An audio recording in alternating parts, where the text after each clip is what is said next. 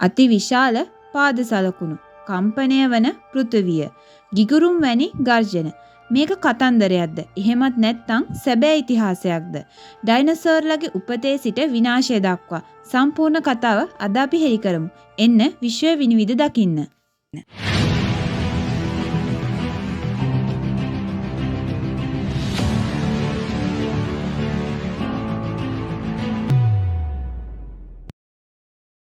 ඩයිනසෝර්ලා එන්න කලින් මේ ලෝකෙ කොහොමද තිබ්බේ කියලා ඕගොල්ලෝ කල්පනා කරලා තියනවාද?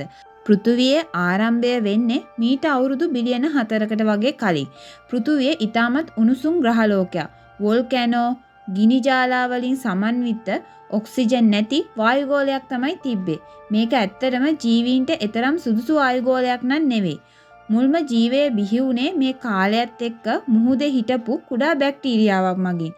මේ කුඩා බැක්ටීරියාව ඔක්සිජන් හදලා ඒ ඔක්සිජන් මේ ලෝකෙත් එක්ක හුවමාරු කරා. ඊට පස්සේ මේ භූමියේ පැලෑටි, විශාල වනාන්තර, දැවැන්ත කීටයෝ වගේ දේවල් බිහි වුණා. කාලයක් යනකොට මේ මුහුදේ හිටපු ජීවීන් ගොඩබිමට එන්න පටන් ගත්තා. ඒගොල්ලෝ තමයි මේ ලෝකේ එතකොට පාලනය කරේ. අවසානයේ ඇතිවෙච්ච මහා විනාශයකින් මේ ජීවීන්ගෙන් බොහොමයක් දෙනා කොටිම කිව්වොත් 90%ක් වගේ ප්‍රමාණයක් විනාශයටපත් වුණා. ඊට පස්සේ තමයි ඩයිනෝසර්ලා මේ ලෝකයට පැමිණීම සිද්ධ වෙන්නේ. ඩයිනෝසර්ලා කියන්නේම ඇත්තටම ලෝකය පාලනය කරපු අති විශාල අතිශය බලවත් ජීවීන් කොට්ටාසයක්. මේගොල්ලෝ අවුරුදු මිලියන 230කට වගේ කලින් තමයි උපත ලැබුවේ. ඒ වගේම මේ ජීවීන් අවුරුදු මිලියන 160කට වඩා කාලයක් පෘථුවියේ ආධිපත්‍ය නතු කරගෙන හිටියා. ඩයිනෝසර්ලා ප්‍රධාන වර්ග දෙකයි. ඒ තමයි ශාකභක්ෂක සහ මාංශභක්ෂක කියලා.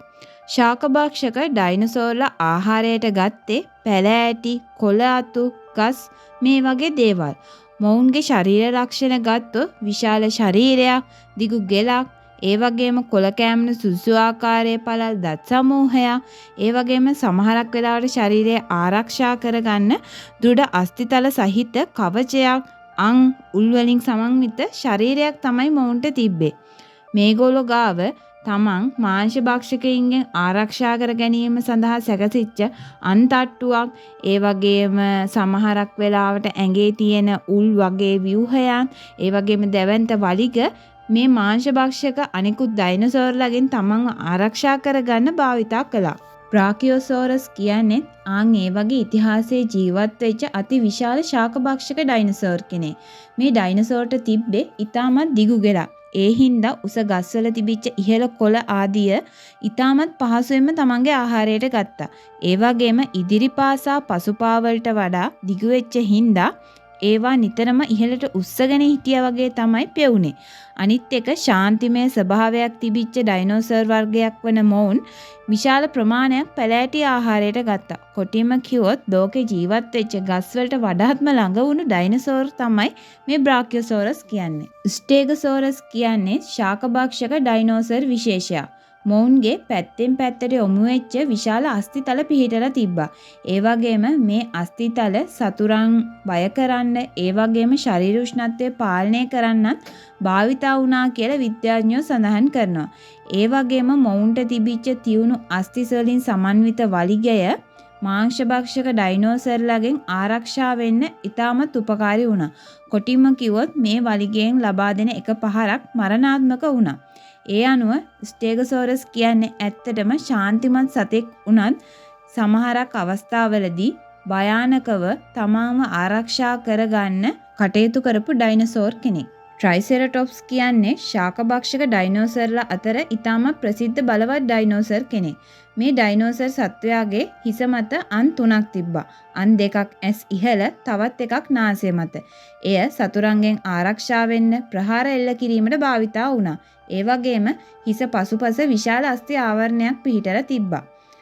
මේ දැවැන්ත ශරීරයක් හිමි සත්වයා ඇත්තටම ශාන්තිමත් පැලෑටි කන ජීවියෙක්. නමුත් මාංශභක්ෂක සත්වයෙක් ලං වුණොත් ඊටමත් ශක්තිමත් විදිහට ප්‍රතිප්‍රහාර එල්ල කරා. මාංශභක්ෂක ඩයිනෝසර්ලා ගත්තහම ඒගොල්ලෝ කලේ අනික් සත්තු දඩයන් කරගෙන තමන්ගේ ආහාර සපයගත් එක. මේගොල්ලන්ගේ ශරීර ලක්ෂණ බැලුවහම තියුණු දත්, ඒ වගේම තියුණු නියපොතු, ඉදිරියට යොමු වෙච්ච ඇස්, ඒ වගේම අධික වේගයක් සහ බුද්ධිමත් භාවයකින් සමන්විත වුණා. මොවුන්ගේ දඩයම් ක්‍රම ගත්තහම සමහරක් තනිව තමයි දඩයම් කරේ. සමහරක් අය කණ්ඩායම් වශයෙන් එක් වෙලා ප්‍රහාර එල්ල කරන්න සමත් වුණා. ටයිරනොසෝරස් රෙක්ස් කියන්නේ ඒ වගේ ඩයිනසෝර්ලා අතර අතිශය ප්‍රබලවත් දඩයම්කාරයෙක් විදිහට ප්‍රසිද්ධ වුණ ජීවියෙක්. මොවුන්ගේ ශරීරයේ ව්‍යුහය ගත්තට පස්සේ බර ටොන් 8ක් 9ක් වගේ වුණා. ඒ වගේම දිග අඩි 40කට වඩා වැඩි. විශාල හිසක් තිබ්බ මොවුන්ට ඉතාමත් විශාල දත් තිබ්බා. ඒවා අඟල් 12ක් වගේ දිගයි. මොවුන්ගේ එක දත් පහරකින් අස්තියක් වුණත් කඩා දැමීමේ හැකියාවක් තිබ්බා. ඒ වගේම දඩයම් කිරීමේ හැකියාවත් ඉතාමත් ඉහළයි. ඉදිරියට යොමු වෙච්ච ඇස් මොවුන්ට ඉතා හොඳින් දුර දකින්න. ඒ වගේම හොඳින් ගඳ සුවඳ හඳුනා ගැනීමේ හැකියාවක් සහ ඉතාමත් ශක්තිමත් ශරීරයක් හිමි වුණා. අනික මේගොල්ලෝ දඩයම් කරේ තනියෙන්. ඒ වගේම මැරිච්ච සත්තු ආහාරයට ගත්තා කියලත් විද්‍යාඥයෝ විශ්වාස කරනවා. සරලවම කිව්වොත් ටීරෙක්ස්ව හැඳින්නුවේ එක පහරකින් සතුරාව අවසන් කරපු ඩයිනසෝර් රජු විදිහටයි. ඉතින් වෙලෝසිරැප්ටර් කියන්නේත් මේ වගේම මාංශ භක්ෂක දඩයක්කාරයෙක්. වෙලෝසිරැප්ටර් ප්‍රමාණයෙන් කුඩායි. නමුත් ඉතාමත් බුද්ධිමත්. ඒ වගේම අධික වේගයක් තිබිච්ච දඩයම්කාරයෙක් වුණා. මොවුන්ගේ ශරීර ව්‍යුහය ගත්තාම සාමාන්‍යයෙන් උස අඩි 6ක් 7ක් වගේ තමයි. දිග අඩි 15ක් වගේ. මොවුන්ගේ පසුපාදවල තිබ්බේ ඉතාමත් තියුණු වක්‍ර වුණු නියපොතු. ඒ වගේම වේගෙන් දුවන්න, සැලසුම් සහගතව ප්‍රහාර එල්ල කරන්න, ඒ වගේම සතුරාව වට කරලා ප්‍රහාර එල්ල කරන්න මේගොල්ලෝ අතිශයින්ම දක්ෂ වුණා. මේගොල්ලෝ දඩයම් කරේ ගොඩක් වෙලාවට රංචු වශයෙන් කණ්ඩායමක් එක්ක එකතු වෙලා තමයි දඩයම් කිරීමේ නියතු වුනේ.